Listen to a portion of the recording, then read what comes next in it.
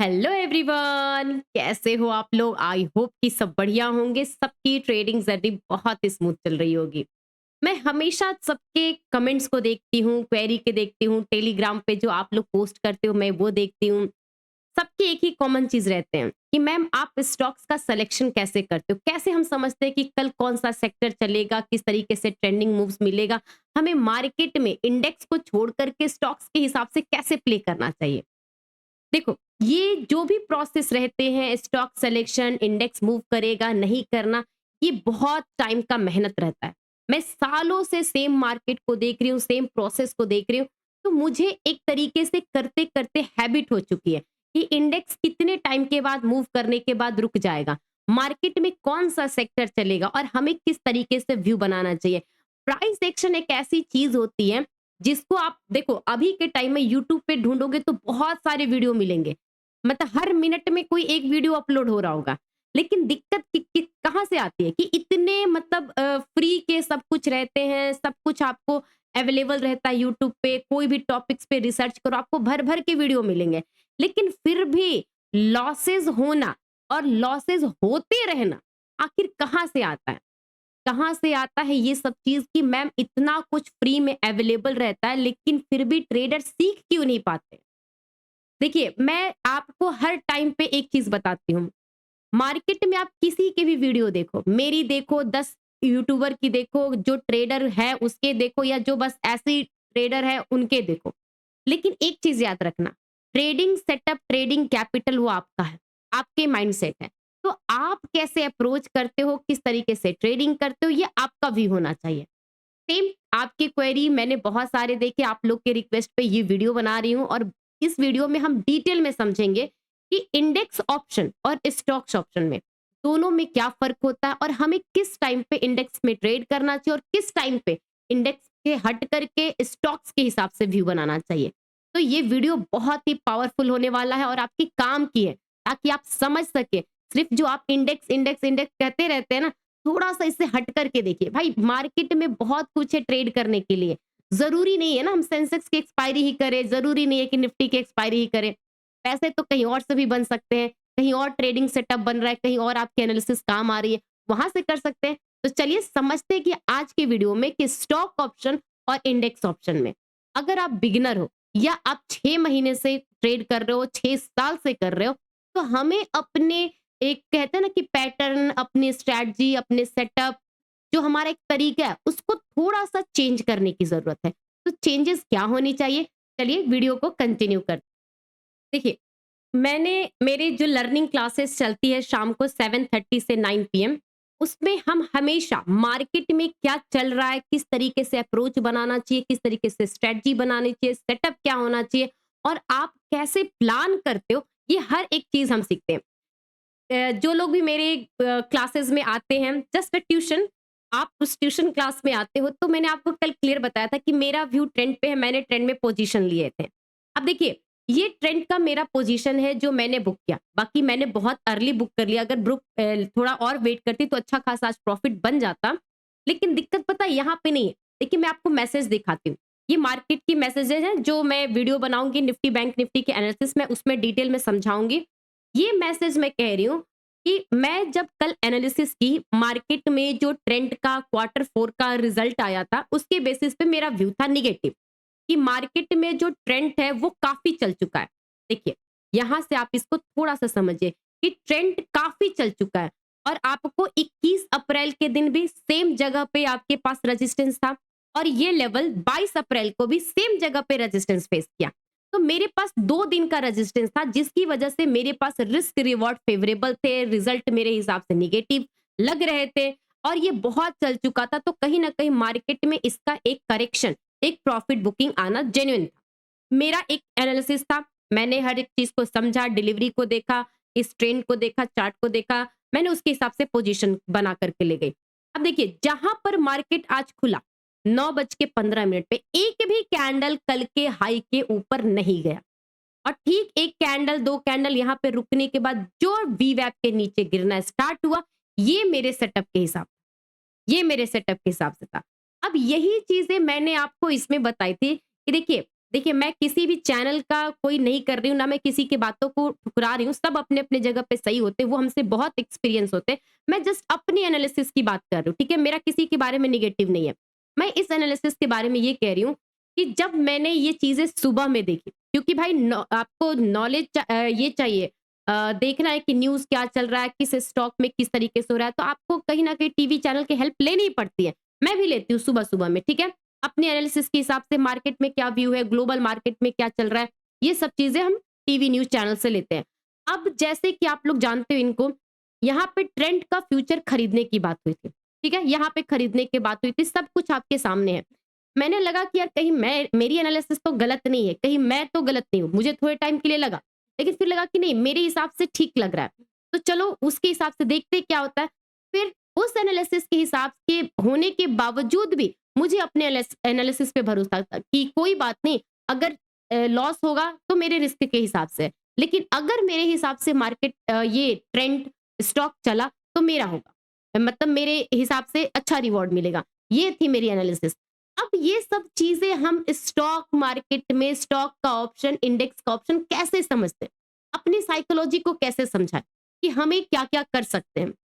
देखिए, मार्केट में ना बहुत सारे स्टॉक हैं, बहुत 5000 प्लस स्टॉक है और लगभग में 200 प्लस एफएनओ में लिस्टेड है। ठीक है? निफ्टी 50 में 50 स्टॉक है, मिड कैप में है, बहुत मतलब बहुत सारे स्टॉक है, मान लीजिए 200 प्लस है। मैं आपको ना एक इंडेक्स बताती हूँ, ठीक है? इंडेक्स के हिसाब से और ये स्टॉक के हिसाब से, दोनों ऑप्शन ही हैं, ठीक है? दोनों ऑप्शन ही है, इंडेक्स ऑप्शन भी है, स्टॉक ऑप्शन भी है। लेकिन इंडेक्स ऑप्शन में क्या होता है कि आपके पास मोस्टली 5 दिन ही, सिर्फ ज़्यादा से ज़्यादा 5 दिन ही होते हैं एक्सपायरी के हिसाब से प्ले करने के लिए। लेकिन स्टॉक्स में क्या होते हैं, 5 दिन मैं ये कह रही हूँ मंडे टू फ्राइडे, क्योंकि सैटरडे, संडे तो वीकेंड होता है।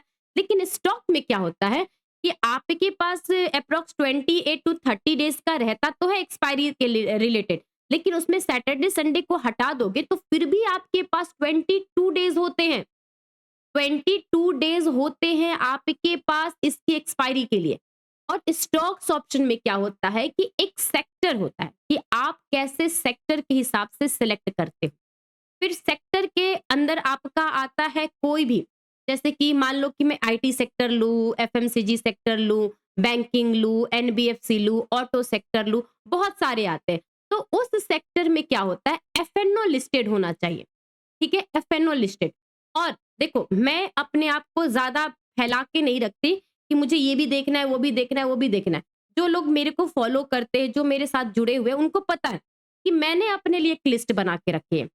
कुछ निफ्टी 50 के स्टॉक्स हैं, जो मेरे हिसाब से मुझे समझ में आते हैं, जो स्टॉक्स की बिज़नेस समझ में आता है, जिसका रोटेशन समझ में आता है, जिसका एक होता है ना कि कोई भी न्यूज़ आती है, तो वो समझ में आता है। मैंने उसमें से कुछ सेलेक्टिव स्टॉक्स लिए, ठीक है? सेलेक्टिव स्टॉक्स लिए।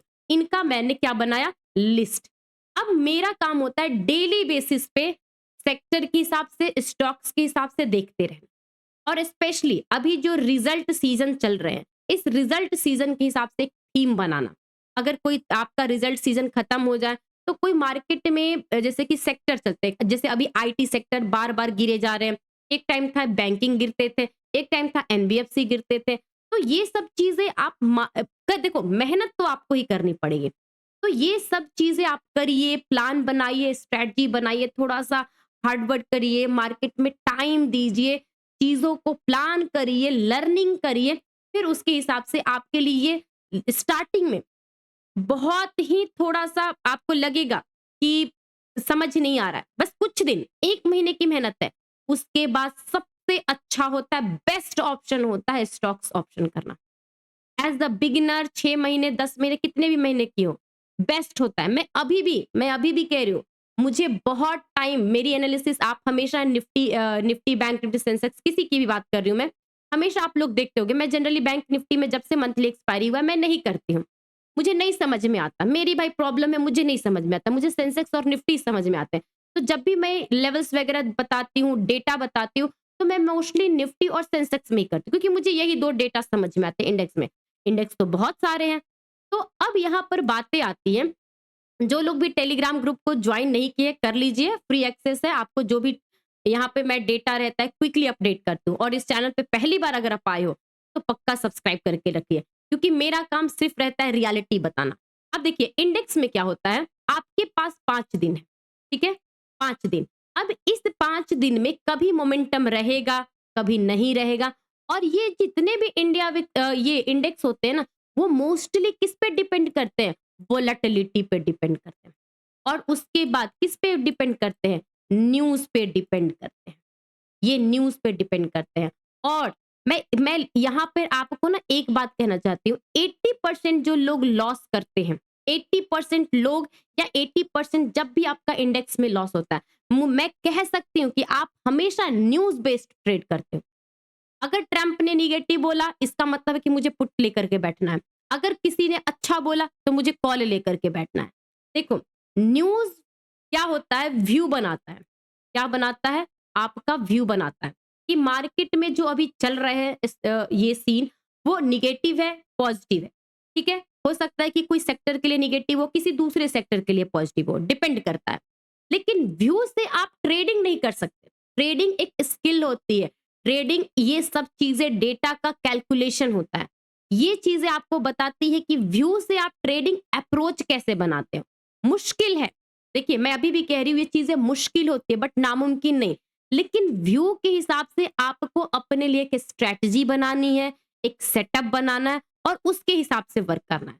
और ऑप्शन इसमें क्या होता है, स्टॉक ऑप्शन में क्या होता है कि आप अगर एक बार ये प्रोसेस को सीख लेते हो तो आपके पास एक रहता है कि अगर 2 दिन ये स्टॉक नहीं चलेगा तो आपके प्रीमियम फास्ट डीके नहीं होंगे। ज़्यादा से ज़्यादा होंगे तो 10% डीके होंगे, उससे भी ज़्यादा होंगे तो 20% डीके होंगे, इससे ज़्यादा डीके नहीं होंगे। लेकिन स्टॉक्स में क्या होगा, एक बार ये डीके होना स्टार्ट किया तो 60-80% डीके एक ही दिन में हो जाते हैं, एक ही दिन में हो जाते हैं। तो सोचिए कि कहाँ पर सेफ खेलना सही रहता है, कहाँ पे सेफ खेलना सही रहता है।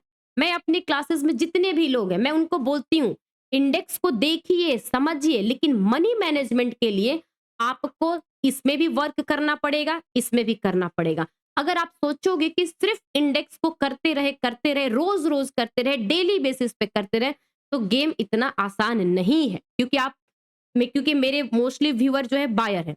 तो मैं बायर के हिसाब से बोलती हूँ कि बाइंग जो एक होता है, हमेशा आपको पता होना चाहिए कि क्या बोलते हैं 2/3 टाइम मार्केट में ऑप्शन सेलर का टाइम होता है, ठीक है? और 1/3 टाइम जो होता है बायर का टाइम होता है, ठीक है? मैं यहाँ पे बायर लिखती हूँ, बायर का टाइम होता है। लेकिन अब आप बताइए कि 2/3 सेलर का तो टाइम होता है, लेकिन ये 2/3 में से वो हाईली चांसेस रहते हैं कि 2/3 से ज़्यादा टाइम तक अपने ग्रिप में रखते हैं मार्केट को। ग्रिप में रखते हैं। ऑप्शन बायर को कुछ प्ले मिलता नहीं है क्योंकि ये सेलर अपने हिसाब से पोजीशन को एडजस्ट करते रहते हैं। जिसे आप लोग बोलते हो कि मैनिपुलेट कर रहे हैं, ऑपरेटर गेम कर रहे हैं। नहीं, ये सेलर अपने प्राइसिंग के हिसाब से, अपने पोजीशंस के हिसाब से मार्केट को एडजस्ट करते रहते हैं। तो यहां से अब आप सोचिए कि एज अ ऑप्शन बायर आप कब जीतोगे?